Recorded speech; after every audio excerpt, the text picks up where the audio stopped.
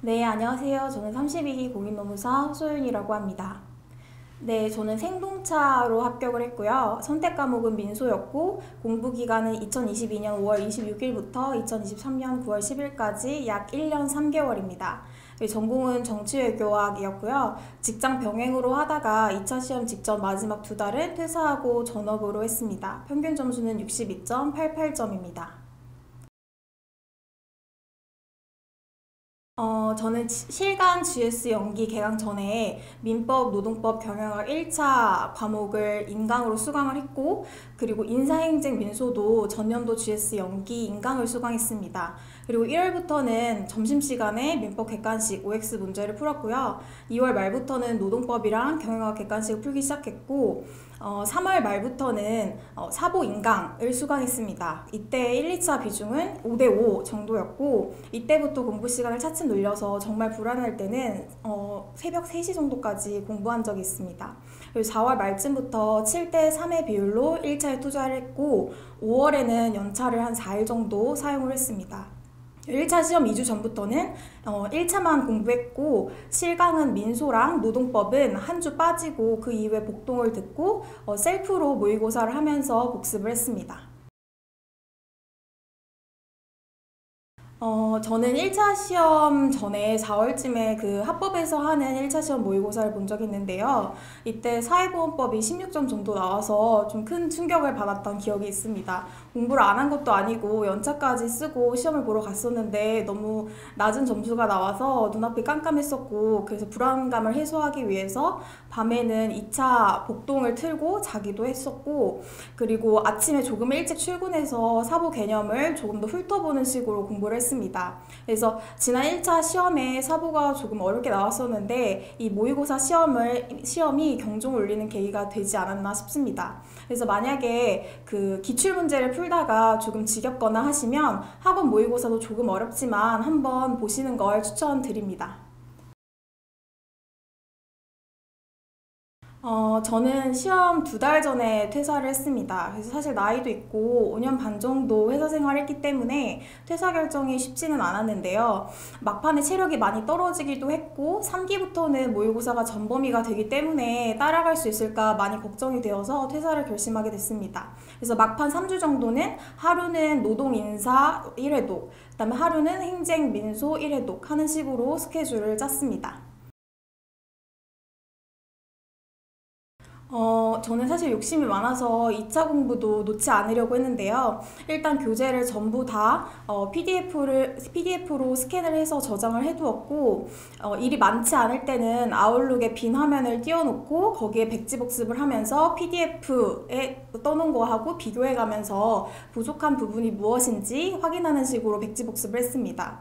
그리고 출퇴근 시에는 혜선쌤이 카페에 올려주신 인사 그 복습 음성을 들으면서 계속해서 반복해서 청취하려고 노력을 했었고, 그리고 지하철이나 학원 복도에서 복습하는 식으로 짜투리 시간을 활용을 했습니다. 그리고 일요일에는 노동법 실강 수업이 끝난 뒤에 카페에 가서 복습을 하기도 했습니다. 그래서 저는 직장 병행이었기 때문에 별도의 휴식 기간은 없었습니다.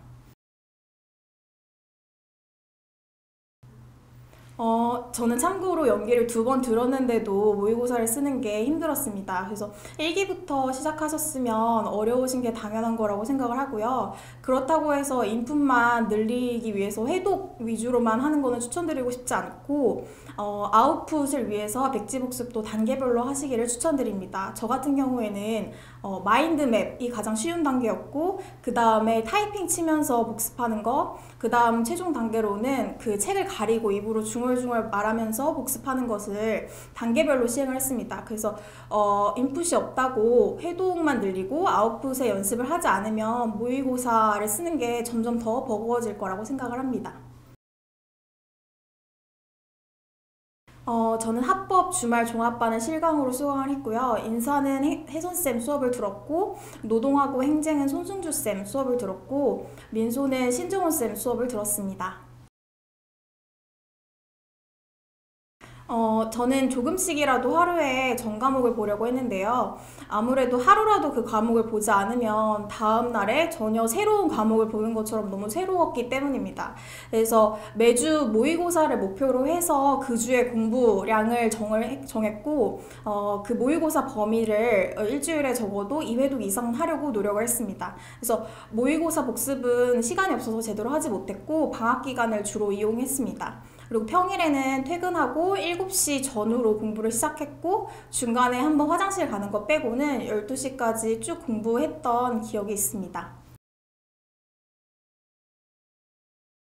초반에는 퇴근 후에 공부하는 게 너무 힘들어서 직장인들끼리 카톡 공부 인증 스터디를 했었는데요. 아무래도 직장인이다 보니까 막판에는 흐지부지 됐던 기억이 있습니다. 그러던 중에 2월쯤에 혜선쌤이 카페를 통해서 캠스터디를 구하셔서 거기에 가입을 했고, 가입하고 보니까 이렇게 공부 열심히 한 사람이 많구나 하면서 자극을 받기도 했고, 또 엄격하게 관리를 해주셔서 그런 부분에 있어서 수업 내내 긴장감을 가지고 공부를 할 수 있어서 많은 도움이 됐던 것 같습니다. 제가 2기까지는 직장을 병행하고 있어서 사실 모의고사 복습을 제대로 하지 못했고 주로 방학 기간에 복습을 했습니다. 그래서 3기부터는 대신에 전업으로 돌려서 월요일에는 모의고사 복습을 하는 루틴을 짰고요. 그래서 전 과목 놓친 부분이 무엇인지 모범 답안을 보면서 체크를 했고 인사 과목 같은 경우에는 브릿지 잡는 법, 그 다음에 서론과 결론을 쓰는 법 등을 주로 복습을 했습니다. 그 공부용으로 주시는 부분은 양이 많다 보니까 억지로 암기하려고 하지는 않았고 반복해서 보면서 익숙해지려고 노력했습니다. 법 과목은 포섭 위주로 많이 복습을 했고요. 나중에 가면서 모범 답안이 너무 많아지다 보니까 링제본을 하거나 아니면 아이패드에 담아서 오며 가며 보려고 노력했습니다. 그래서 인사 과목 같은 경우에는 키워드만 포스트잇에 적어서 붙이거나 아니면 핵심이 되는 부분만 오려서 책에 붙이는 식으로 단거나 했습니다. 저는 간절함과 백지복습이었다고 생각하는데요. 직장인으로서 느끼는 직무 불만족 같은 것도 저도 많이 경험을 했었고, 실제로 저도 회사 생활 6년 차에 대리였는데도 불구하고 그 신입사원 때 하던 일을 계속해서 반복하고 있었거든요. 그래서 매너리즘도 너무 심했고, 이 시험을 붙어야 퇴사할 수 있다는 생각 때문에 좀 더 간절하게 임했다고 생각합니다. 그리고 저는 연기 때부터 백지복습을 좀 꾸준히 했는데요. 마인드맵도 그려보고 민소 같은 경우에는 제가 워드로 쭉 써보고 빈칸을 뚫어놓고 거기를 채우는 식으로 복습을 하기도 했습니다. 그래서 타이핑도 해보고 말하는 것도 해보는 식으로 다양한 방법을 이용했습니다. 그래서 어쨌든 우리 시험은 백지에 하나부터 열까지 다 써내려가는 시험이기 때문에 백지복습은 꼭 해야 한다고 생각합니다. 저는 서브는 절대 만들지 말라고 말씀드리고 싶은데요. 수험서 서브노트 외에 다른 서브를 만드는 건 시간도 너무 오래 걸리고 번잡하기만 할 것 같아요. 그래서 회독을 어느 정도 하셨으면 백지복습의 단계로 넘어가셔야 할 것 같고, 저는 책을 넘기지 않고 그 다음에 나올 내용을 예측하면서 입으로 중얼중얼 누군가에게 가르치듯이 계속 그렇게 백지복습을 했고요. 당연히 처음에는 잘 안 되고 고통스러운데 3기쯤 되면 그 다음 페이지뿐만 아니라 그 다다음 페이지까지 중얼중얼 말하게 됩니다. 그래서 책의 내용이 사진 찍은 것처럼 머리에 이미지화 되어서 남아 있는데 그러려면 단권화를 해서 그 한 것만 죽어라 봐야 되기 때문에 수험서 서브노트 외에 별도의 서브를 만드는 것은 별로 추천하고 싶지 않습니다. 그래서 입으로 말하다가 지치면 아이패드에 타이핑하면서 백지복습을 했었고 1기까지 그 회독을 충분히 하셨다면 무한 백지복습의 단계로 하루빨리 넘어가시기를 추천드립니다. 만약에 암기가 덜 됐다면 선생님이 만들어주신 두 문자 외에 추가로 두 문자를 더 따서 외워보셨으면 좋겠습니다. 저는 노동법 판례 같은 경우에는 두 문자를 한두 개 정도 더 따서 외웠던 기억이 있습니다.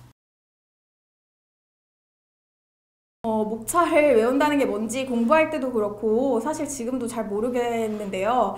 사실 인사 같은 경우에는 최근에 트렌드가 목차 제시형 문제이기도 하고 개념하고 장단점 등 그 흐름만 파악하면 따로 목차를 외우지 않아도 좀 자연스럽게 써지는 것 같아요. 그래서 법과목도 마찬가지라고 생각합니다. 보통 문합판검의 순서로 쓰는 것이고 따로 목차를 외워야겠다는 생각은 하지 않았습니다. 그래서 흐름을 잡아가면서 공부를 하면 목차를 따로 외울 필요는 없다고 생각합니다.